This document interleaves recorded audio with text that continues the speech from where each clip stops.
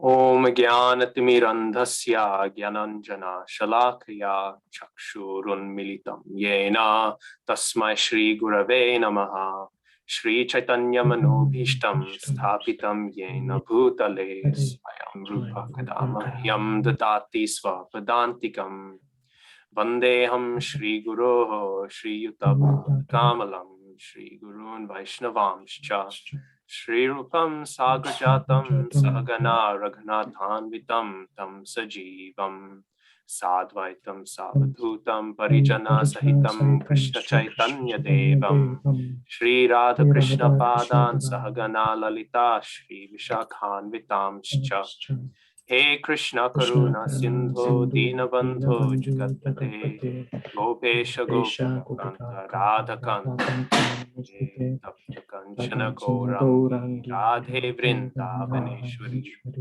Vrishabhanu Sute Devi Pranamami Hari Priye Namo Mahabadanyaya Krishna Prema Pradayate Krishnaya Krishna Chaitanya Namne Gaura Tushe Namaha Vanchakalpatarubhyascha Kripasindhubhya eva cha Patitanam Pavanebhyo Vaishnavebhyo Namo Namaha Jaya Shri Krishna Chaitanya Prabhu Nityananda Shri Advaita Gadadhara Shri Vasadi Gaura Bhaktavinda Hare Krishna Krishna Krishna Hare Hare Hare Rama Rama Rama Hare Hare. So, Hare Krishna, everyone. Thank you all for joining on time. Hopefully, that technically puts you ahead of me. But no, one day I'll get the hang of how to set up these recurring meetings. I'm using the ISKCON Sydney account, and yeah, they set it up as a recurring meeting, which I normally don't do. So one day, with all your mercy, I'll figure out how to use it all. So I'll begin screen sharing. While I set that up, how did everyone go with getting the introduction read?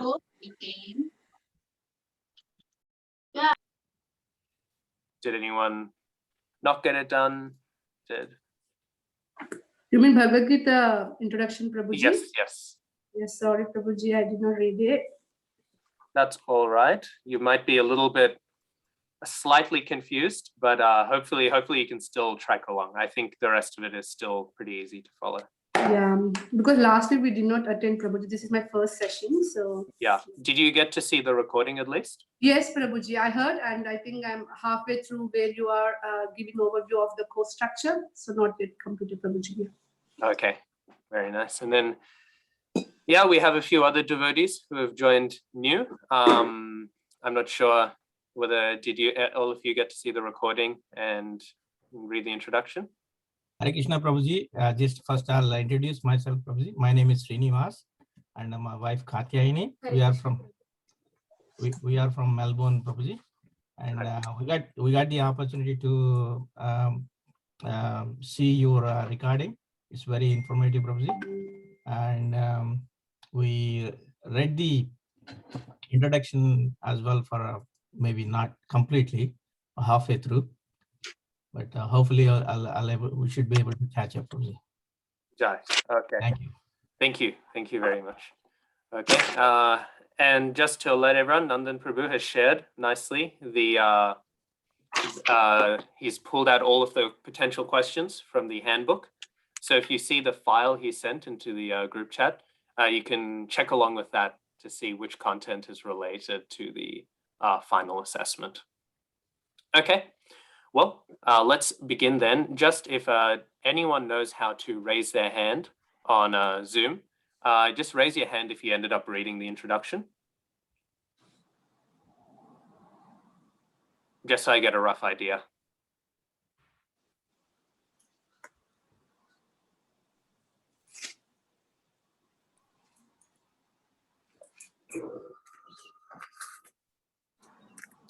Okay.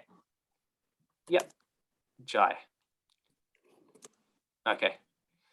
Thank you. So that gives me a good idea. So we'll begin today, and I will give a heads up. Today will be a relatively content-heavy class. Don't worry. Don't get scared away. It's not always going to be this content-heavy, but there's a lot of information when introducing the Bhagavad-gītā. And I'm going to try and get it all done today. If we don't get it all done today, then we'll get it all done next week, right? But it's rather content heavy, so don't get intimidated, right? Most of this you don't really need to know for the assessments and all. I just think it's important to know in terms of understanding the history of the Bhagavad-gītā, you know, how we've received the Bhagavad-gītā and its context. So first of all, to begin with, I wanted to show why the Bhagavad-gītā is important. Why is it relevant? Why is it studied? And to come to that, I have a quote from the teachings of Lord Chaitanya.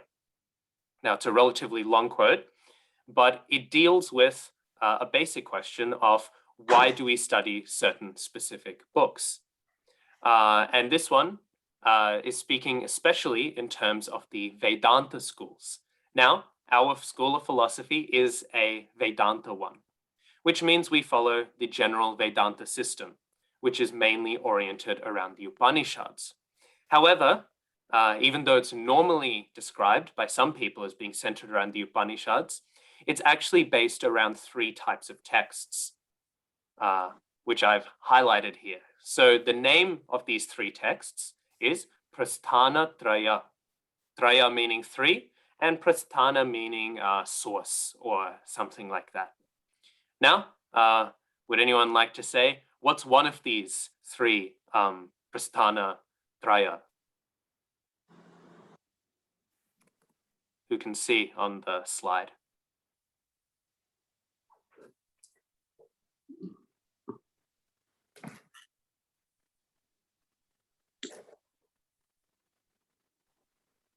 I'll give you a hint. I've highlighted them, and it ends in Prasthana, right? So feel free to unmute yourself and comment. Is it Shruti Prasthana, Nyaya Prasthana, and Upanishads?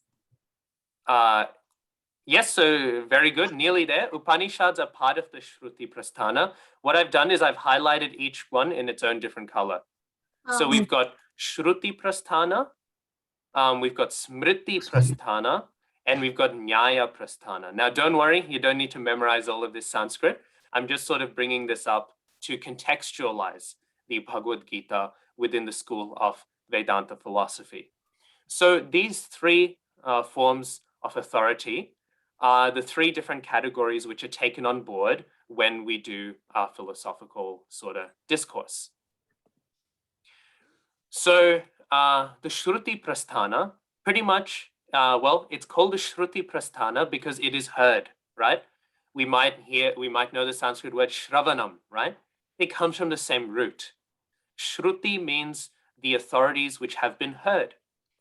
This refers to the Upanishads, the Rig Veda, the Yajur Veda, all of these things. And the reason why they are heard is they are based on the sound of Narayan breathing. When Narayan breathes, that is the sound of the Shruti Prasthana.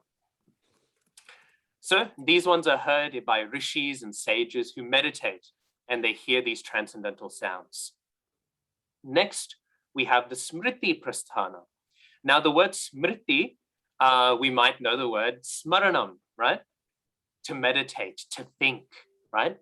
So Smriti Prasthana, they come from the great sages who rather than listening, they meditate and they sort of dwell on these topics. And from the realizations they produce, they will write texts, right? So the Smriti Prasthana in many ways are like a commentary or an explanation of the Shruti Prasthana, because that which is heard is not necessarily written in a way that is easy for us to understand.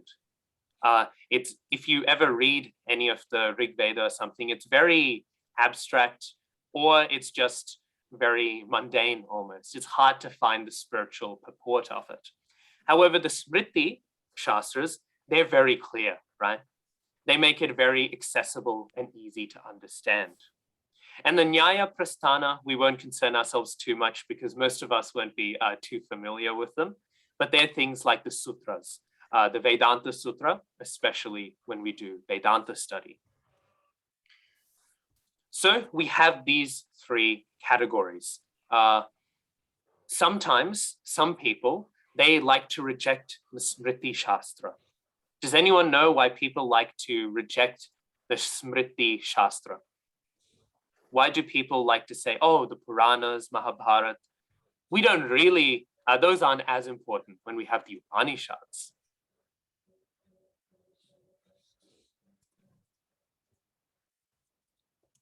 Prabhu, is it an issue regarding like primary source and secondary source type issues? They'd rather get their realizations or application of from the source, which is Vedanta, rather than get whatever someone else has said about it? Yeah, that's it. So they'll say that. They'll say, well, we can just go straight to the source. That's exactly the sort of mindset. Another thing that's often, yes, Mrugank, that point is also there. It makes it easier to come up with whatever they want when they have less text to deal with. And then also, the last point is that Smriti-śāstrā is often different. With Shruti-śāstrā, you will find there's one or two variants here or there in different schools, but by and large, they're all virtually identical. If you go and see how the Shruti-śāstrā is memorized, you can go and see these Brahmins and they'll sit down and they'll recite the whole Rig Veda. They'll recite it forwards and then they'll recite it backwards. And then they'll recite it by mixing in the syllables. They'll only say every second syllable. And then they'll do it the other way around. They'll do it in all these sort of methods. It's actually rather impressive. And what's especially impressive with this method is it means that, again, syllable by syllable, it's all preserved. The Smriti-śāstrā is very different. The Smriti-śāstrā changes all the time. In fact, even within the Bhagavatam itself, which is a Smriti-śāstrā, even within the Bhagavatam, we can find that there is change. The Bhagavatam that is spoken to Brahma is very different than the Bhagavatam which is spoken to Parikshit Maharaj. So what they'll say is these texts, they're always changing, they're a secondary source, so we don't need to follow this Smriti-śāstrā. This, however, is not a very good argumentation from them, even though it seems to make sense. If anyone wants to read it in further detail, Jiva Goswami in the Tattva Sandarbha pretty much spends the entire book refuting this logic. And he makes a few points. He makes many points, actually, and I won't get into all of them. But the main points that he makes is, yes, they are secondary sources in a sense, but they are as authoritative because they've also come from the same sages and rishis who we trust to have heard the Shruti-śāstrā, right? So the same level of realization is there. Furthermore, we can actually say that they are more reliable because the Shruti-śāstrā was not designed to be easily understood, and therefore it is much easier to misunderstand them. Whereas the Smriti-śāstrā is designed to be easy to understand, and therefore there's less chance of misunderstanding. If that makes sense, right? Furthermore, the Shruti-śāstrā, most of it has been lost. Most of it, because of how difficult it is to memorize, it's been lost a lot, right? So we don't have the whole body of Shruti-śāstrā. So this point is made. The Smriti-śāstrā, actually, by the fact that it is constant, that is being rewritten and modified by the sages, we can say is actually more authoritative because it's constantly being realized differently in order to apply best to us in our constantly changing contexts. So there we have it, Shruti-śāstrā, Smriti-śāstrā, and Nyaya-śāstrā, right? The Prasthana-traya. Now, all schools of Vedanta, they follow these three. However, as we've said, some try to minimize the Smriti Prasthana. Now, what does this have to do with the Bhagavad-gītā? The Bhagavad-gītā is part of the Smriti Prasthana, right? And most of the time, when most scholars talk about the Smriti Prasthana, they mean the Bhagavad-gītā, which is why you'll find for any school of Vedanta to establish themselves, they will always write a Bhagavad-gītā commentary.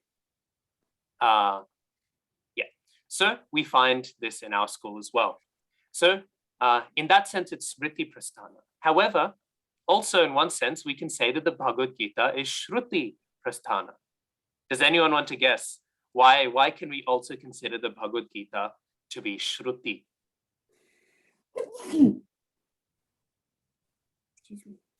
Because it was told, Prabhuji. Who was that? You said? Oh, yes, Toshan Prabhu. Yes, exactly. Because Krishna spoke it directly and it was heard, right? So in that sense, we can also consider it to be Shruti. But generally, we consider it to be Smriti because it's part of the Mahabharata. So with that, we understand that the Bhagavad-gītā is very, very important, right, to Vedantic study, which is also one of the reasons why we study it.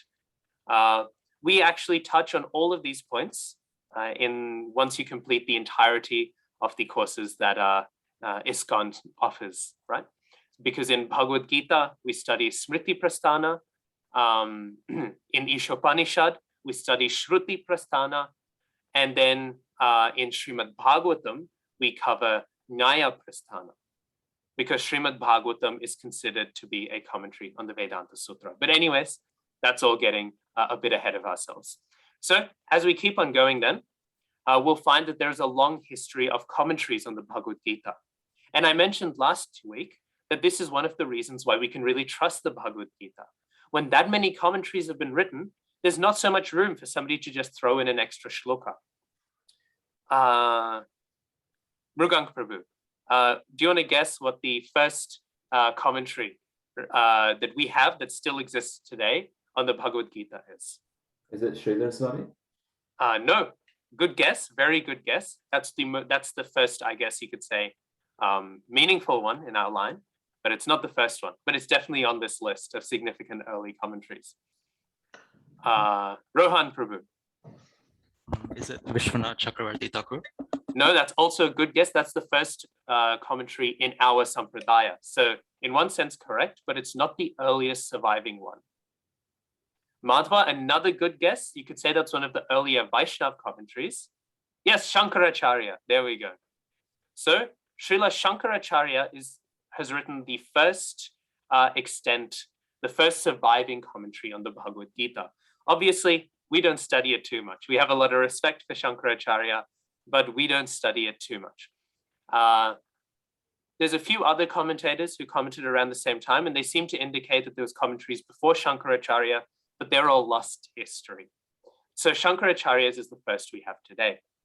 Then after Shankaracharya, we have a very important Acharya. We have Srila Ramanujacharya. Now Ramanujacharya, he is important because Shankaracharya, Nitai Prabhu, what sort of philosophy did Shankaracharya preach? Not sure.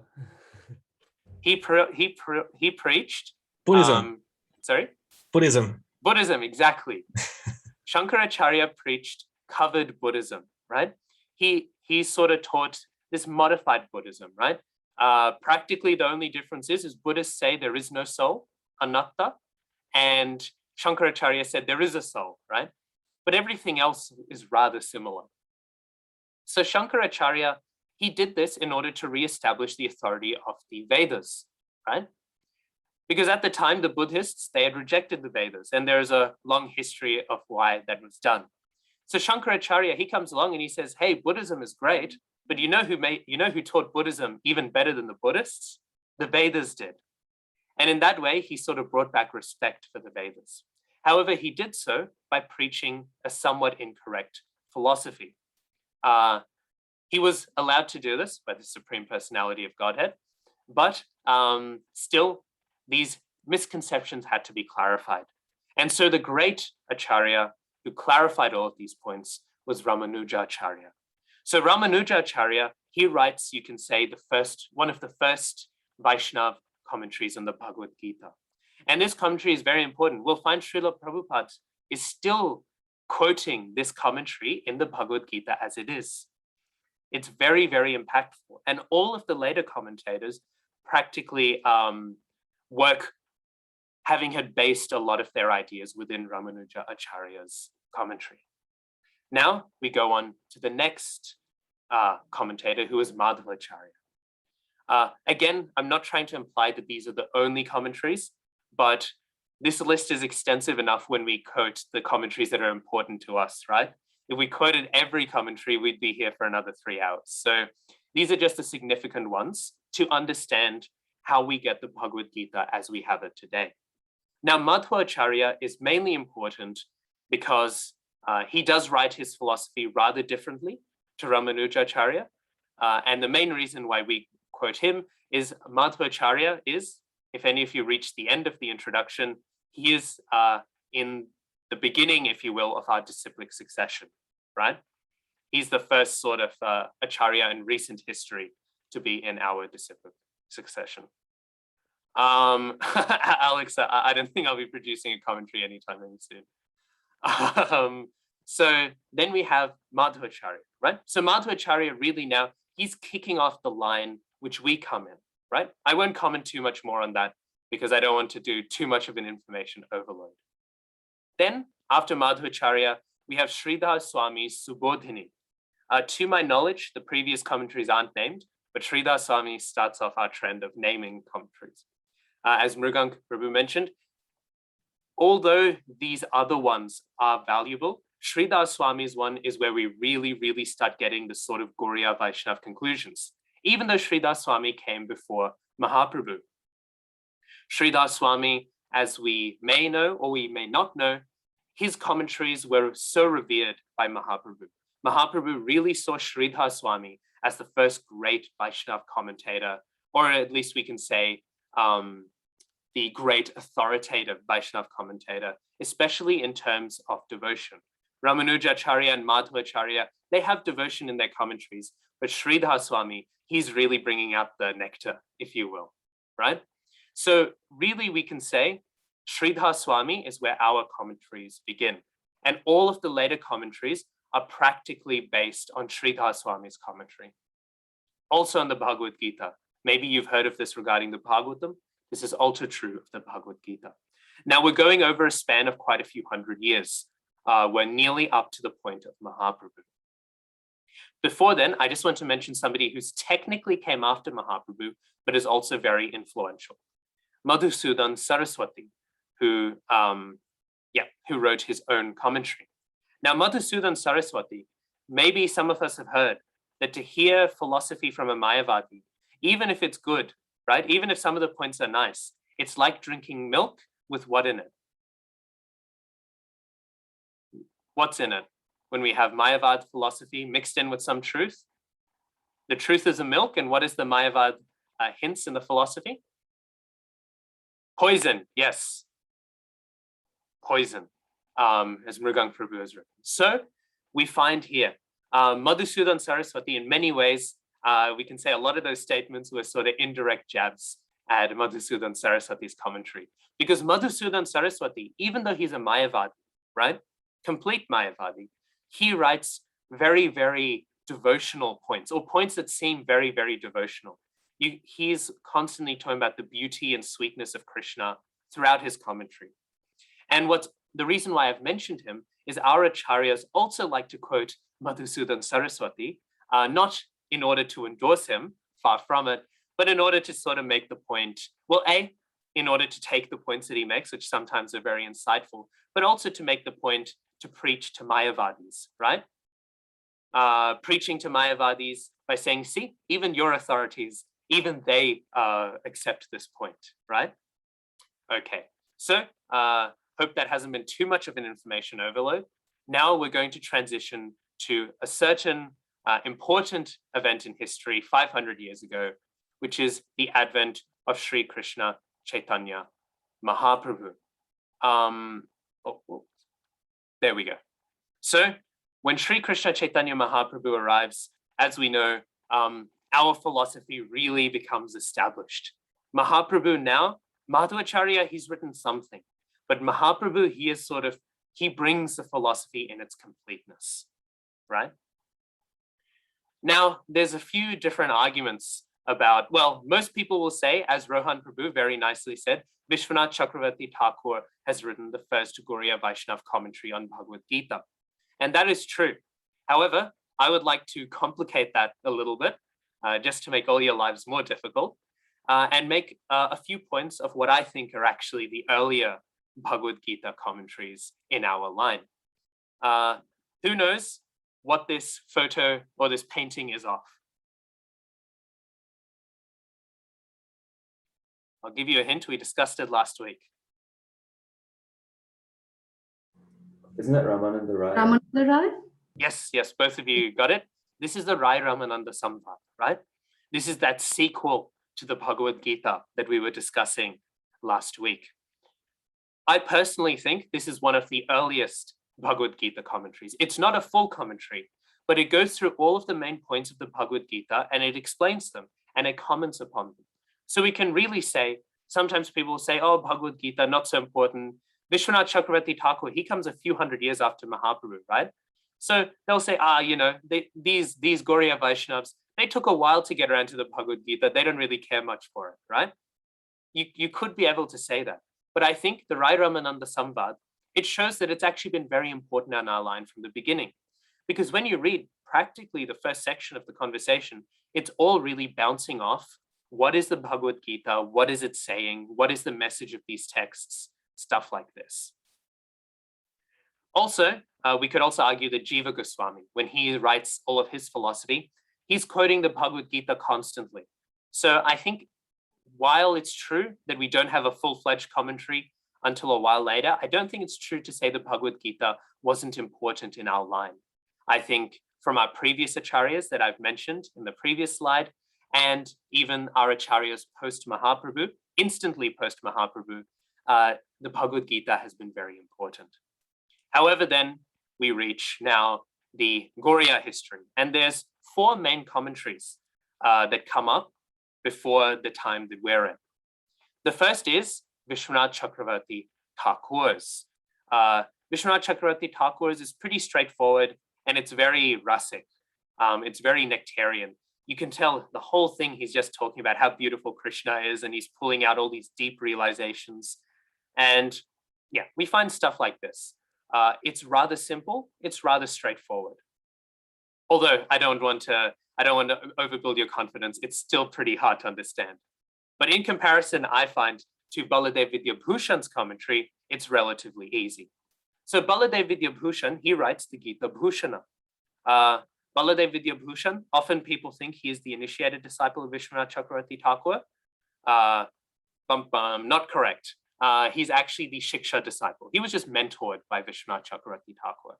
And by the way, if you're feeling information overload, you don't need to memorize all of these names or anything. I'm just trying to give an overview of history. As long as you get the rough feeling for the trend through history. So don't feel worried if you can't memorize all of these things. So Vishwanath Chakravarti Thakur, he writes his commentary, and then Baladev Vidyabhushan writes his. Baladev Vidyabhushan's is very, very philosophical, right? It's very, very philosophically precise, and it's very rigorous, right? Vishwanath Chakravarti Thakur, he sort of, and again, I'm very much generalizing here because I don't want to get into the ins and outs of it, but if we can have a general mood, Vishwanath Chakravarti's is very much about bringing out the mood of devotional service and love for Krishna in a very sweet aesthetic way. Whereas Baladev Vidyabhushan, he's doing the same thing. Don't get me wrong. Baladev Vidyabhushan, he isn't preaching jnana or meditation or something. He's preaching devotional service, but he's doing it in a much more philosophical way, which reflects his background. Because Baladev Vidyabhushan, he was very active in spiritual life as a follower of Madhva Acharya before he became a follower of Mahaprabhu. Whereas Vishwanath Chakravarti Thakur very much grew up in the movement, if you will. He's very much began his spiritual life as a Gauriya Vaishnava. So Baladev Vidyabhushan, he brings a lot of that philosophical intensity that the followers of Madhva Acharya have. So then, as we keep on going, yes, the gurukuli. So then, as we keep on going, we find the 2 other commentaries. And don't worry, these are actually the end, and they're not full-fledged commentaries in of themselves. These are by Bhaktivinoda Thakur. So Bhaktivinoda Thakur, there's another jump. After Baladev Vidyabhushan, no one really sort of cares, right? We find this in the history of our sampradaya.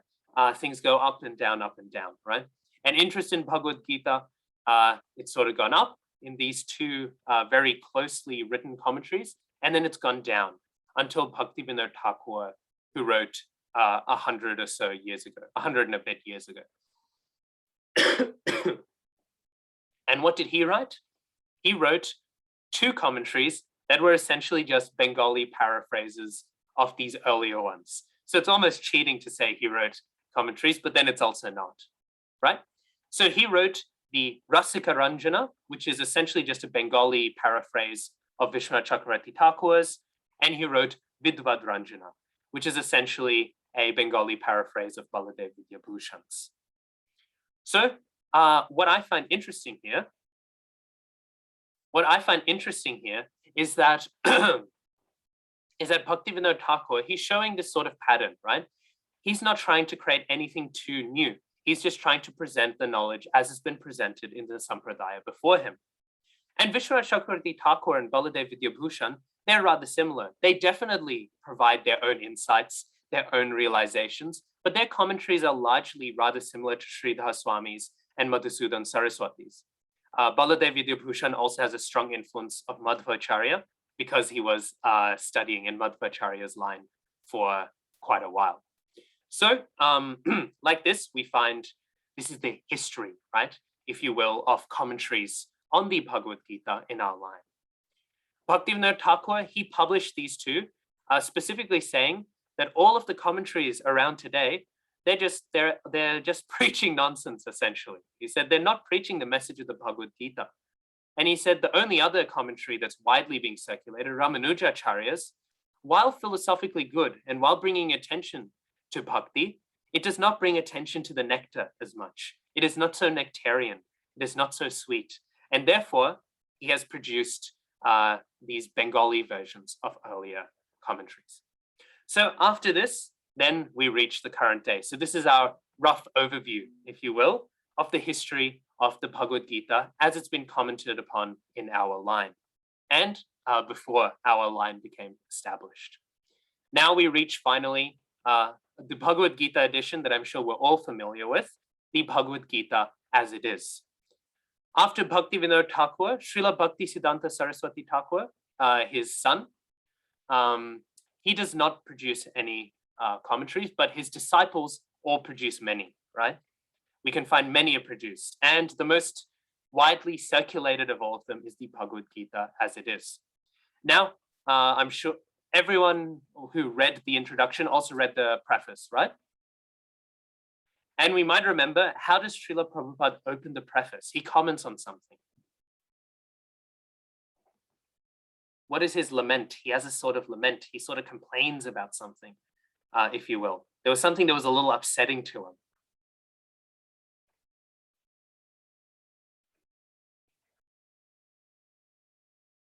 That the book was cut short because it had to be abridged or something? Yes, exactly. So Srila Prabhupada publishes the Bhagavad-gītā As It Is for the first time in 1968, right? And this is what it looked like. This is, I think I showed this last week. It was published by Collier Publishers, if I remember correctly. It didn't have the Sanskrit, didn't have the word for word. It was just translation and shortened purports, right? So this was the first one that sort of gets published because Prabhupada wasn't able to pitch the full Bhagavad-gītā As It Is to a mainline publisher. They asked to sort of cut it down. Also very cute, you can see the 1968 book prices where you can buy a book for $2.95 in the top right corner, which I wish was still the case. It would probably stop me being as bankrupt as I am. So we can see here the Bhagavad-gītā As It Is. So this is the first time it's published.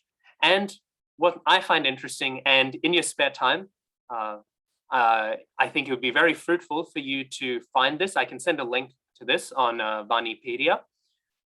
And if you can read the introductions, because we don't keep those introductions, but I don't know how many of you follow poetry and all in the 60s and all, but these names were like the biggest names. These are huge names actually that have been attached to it.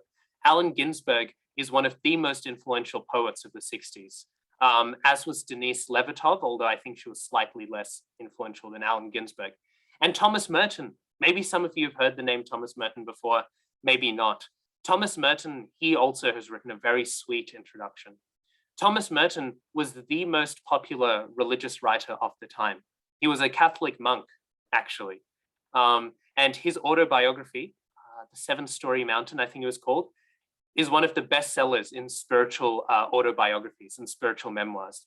So these are all really significant names. However, Srila Prabhupada doesn't have them included in the edition we're more familiar with, which is our 1972 Bhagavad-gītā As It Is. The 1972 edition is still the edition we use today. We've edited a few things, a few mistakes that were included that the original editor left in. For example, a famous one is one of the purports mentions a planet of the trees, right? So many devotees were wondering, what is this planet of the trees, which is covered in trees? Maybe the people are like, I don't know how many of you have read The Lord of the Rings, but maybe they're like the trees in The Lord of the Rings or something like this. But actually, it turns out the editor's Sanskrit was just bad. And it was actually the planet of the pitris, meaning the ancestors.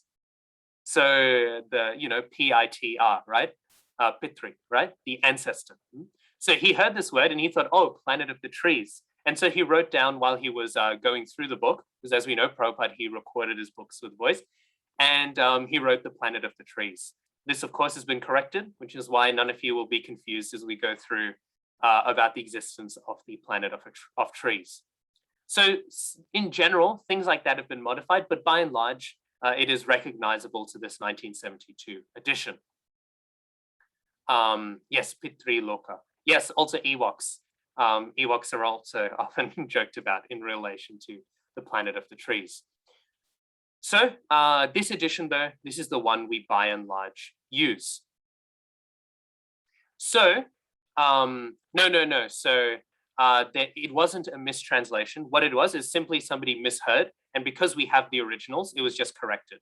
So it was more of a production error. There's no real theology around it, right?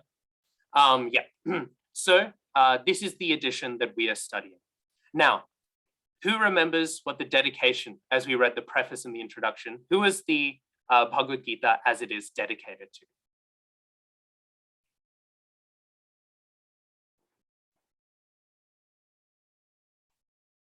Baladev Vidyabhushan, yes. And to go along with the theme that I've sort of tried to pull out is each commentary doesn't really do their own thing. Very few commentators are out there just saying, this isn't actually Srila Prabhupada's take on the Bhagavad-gītā. This wasn't Srila Prabhupada saying, I'm going to write my own Bhagavad-gītā purport, commentary and translations. This wasn't what Srila Prabhupada was doing. What Srila Prabhupada was doing was he was actually practically rewriting Baladev Vidyabhushan's commentary in English and then adding his own realizations here and there and adding from other commentators as he saw fit. However, the Bhagavad-gītā As It Is very much following in the line and mood of Baladev Vidyabhushan. So this commentary, as we can see from that history, it's following on in this tradition. So even though Vishwanath Chakravarti Thakur, his commentaries are mentioned, all of these things are there. Even though that's there, still mainly it's based on Baladev Vidyabhushan's commentary. And Baladev Vidyabhushan's commentary is mainly based on Sridhar Swami's and Madhva Acharya's. So as we can see, there's this long history, and that's why I wanted to go through the history to show how Bhagavad-gītā commentaries isn't just a bunch of devotees, coming up with their new ideas here and new ideas there. They're continuing a tradition, bringing their realizations into the texts, right? But they're continuing within tradition. And this is what Srila Prabhupada has done. It's not that Prabhupada has come out with some interpretation that no one else has ever seen before, right? He's working simply within our tradition and relaying the truths while giving further and newer ideas based on his further realizations and understandings. So in this way, I've sort of given a rough trajectory so we can understand the history of the Bhagavad-gītā as it is, right? Now, I'll take questions and then we will discuss a few more things and then we'll have a group activity. We'll go into breakout rooms so we can do some nice, ice-breaking with each other. Okay, so yes, Alex, your question? So the Bhagavad-gītā As It Is, it's in English and it's been translated into many languages. Yeah. I was wondering, did anyone ever translate it back to Sanskrit? Like as in the commentaries? Yes, somebody has, but I don't think they finished it. Dr. Demian Martins, he's a Sanskrit scholar. He's translated Viveka Shatatam, I think. It's the book beginning with Viveka that Bhakti-śāstrī Swami Trust has published. So yeah, he translated the Bhagavad-gītā As It Is back into Sanskrit, which and also on that, does the English commentaries, because that's what Prabhupada wrote, he wrote the English one, and then it got translated. Does that mean that the English one has the higher authority over the Spanish, the French, the Sanskrit? Yeah, I would say so. It depends on the translator. If the translator is the highest, is a Mahabhagavad Uttamadhikari, like the highest level devotee, if he's on that, then technically it would be on the same level. But we don't really know that for sure, right?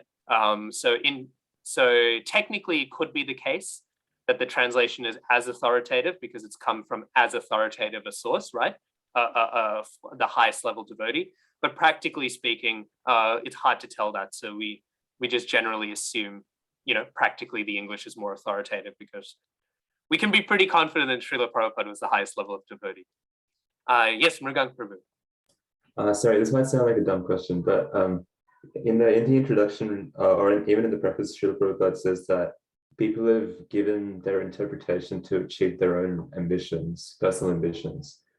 But I am translating it to give what Krishna gave. But can't people just argue that you're also giving your personal ambition? And how do you prove that you're giving what Krishna gave rather than your personal ambition? Like, you know what I mean? Like, isn't everything an interpretation anyway? Yeah. And I guess that's what the way Prabhupada uses interpretation, I guess he means more misinterpretation. I found this when hearing Prabhupada speak. Prabhupada tends to use the word interpret to mean misinterpret, right? Because as you said, everything is an interpretation. How do we know Srila Prabhupada hasn't? Well, hopefully we'll touch upon this throughout the Bhakti-śāstrī course.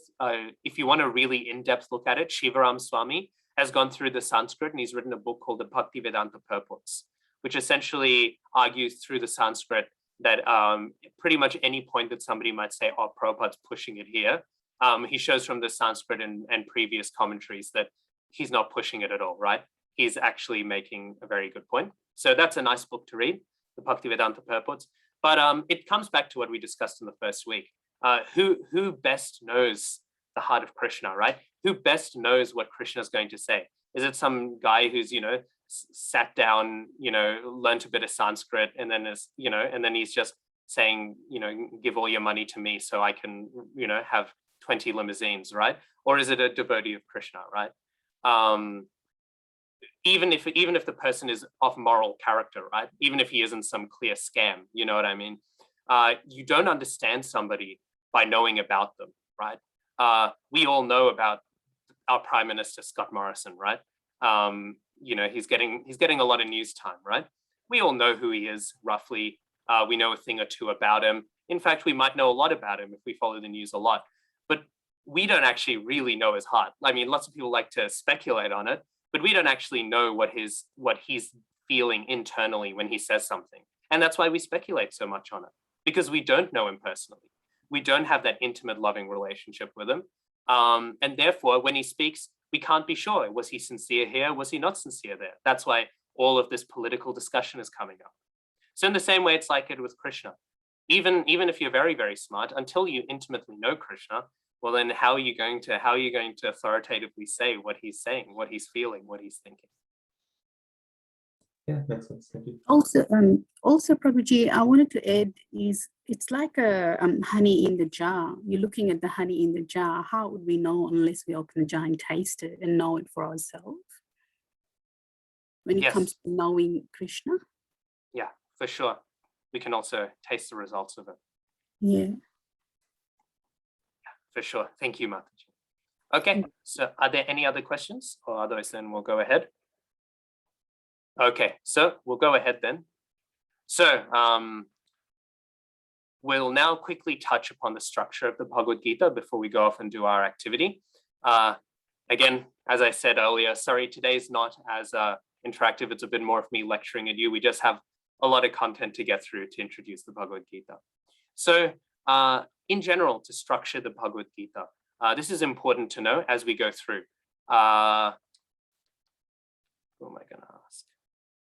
Divyansh Prabhu, in which way are we breaking down the Bhagavad-gītā over the Bhakti-śāstrī course? Like how are we breaking down the chapters in the modules?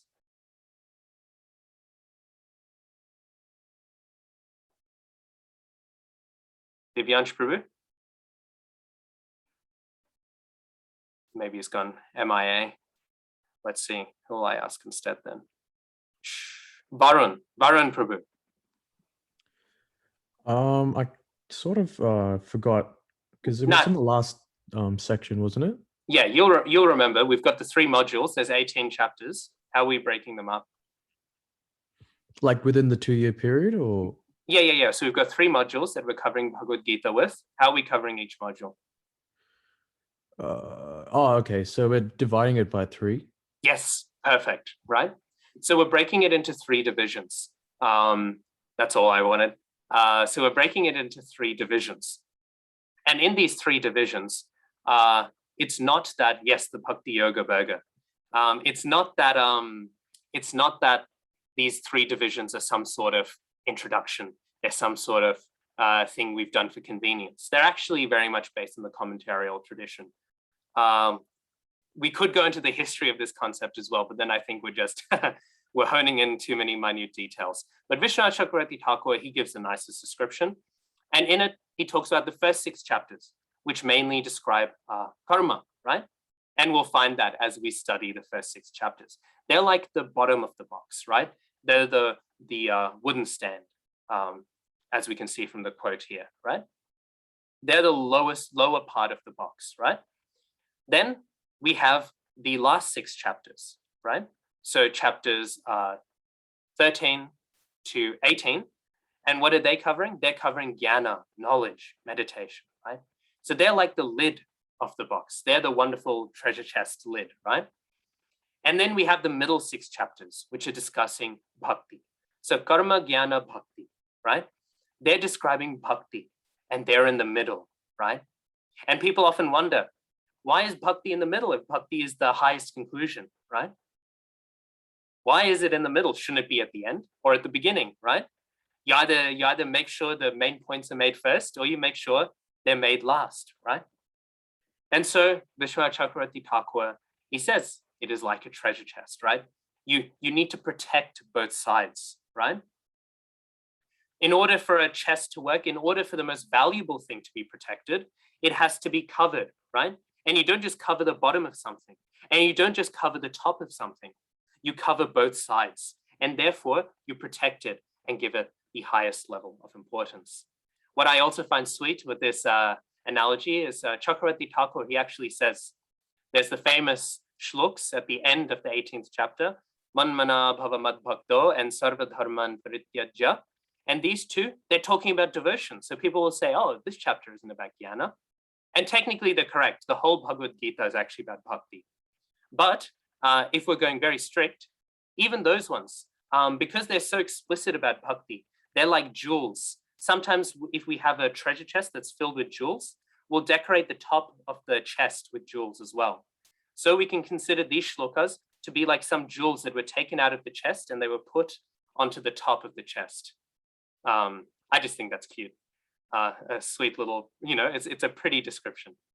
So like this, we can understand it. Also, yes, a burger is sometimes the analogy that's given. You have the 2 slices of bread, which are there to support the filling. If you don't have the top slice, well then, your veggie burger isn't going to be that nice, right? And if you don't have the bottom one, well, I don't think I need to explain why that's not a good idea. So we'll have all sorts of descriptions like this. Also, sometimes they're given that the other 2 are there in order to give support to the middle one, right? You put supports on the 2 sides of things, right? But you do them in order to prop up the center thing, right? It's like when you see an artwork being propped up, you sometimes see the triangle, right? There's those 2 sticks which are holding up the central artwork. Sometimes that description is also given. Yeah. So in general, though, these are some descriptions, and it's important to understand the structure because this is how our course is structured, and this is also how general study is structured. That being said, bhakti is preached throughout the Bhagavad-gītā. Don't think it's not, right? So in this way, we can understand the overall structure. Now I'm going to make one more point before we go off to our activity, and we can, hopefully speak to somebody a little less boring than me. And we go here. This point I won't touch on too much. I just think it's important to register that this is there. The yoga ladder is also mentioned in the handbook, and I'm going to send this photo in the WhatsApp group, in case you don't have time to scribble down the notes, because it's a bit of information. But essentially, the yoga ladder is the second way that we structure the Bhagavad-gītā. The yoga ladder is essentially what's going on. When I mentioned last week that the Bhagavad-gītā mentions a lot, right? It talks about a whole lot of different parts, a whole lot of different things, right? But the reason why it's doing this is it's actually trying, it's not, as some people say, a text which is talking about, because somebody might say, oh, there's jnana, there's karma. Why have these sections at all? Why not have 18 chapters of bhakti, right? And then some will say, oh, well, then actually the Bhagavad-gītā isn't saying that bhakti is the best, right? Bhakti is supreme. Somebody might say, oh, well, no, the Bhagavad-gītā is saying that you have jnana, you have karma, you have bhakti. Choose one, right? It's all the same, right? Somebody might say like this, but it's not actually that the Bhagavad-gītā is a book talking about many paths, right? The Bhagavad-gītā is a book talking about one path, commenting on many paths. It is a book commenting on many paths from the perspective of one path. And that's the importance of this yoga ladder. This yoga ladder is actually the central flow. It's a central argument of the Bhagavad-gītā. Again, don't worry about taking all of this on board. These are all sort of ideas you have to be familiar with, but we're going to be touching on these ideas again and again as we go through the course. So don't feel overwhelmed that there's a lot of information going on here. I'm just introducing these ideas because we're going to touch on them again and again and again and again in our study of the Bhagavad-gītā. Again, I will send this into the group. So it's 5 to 11.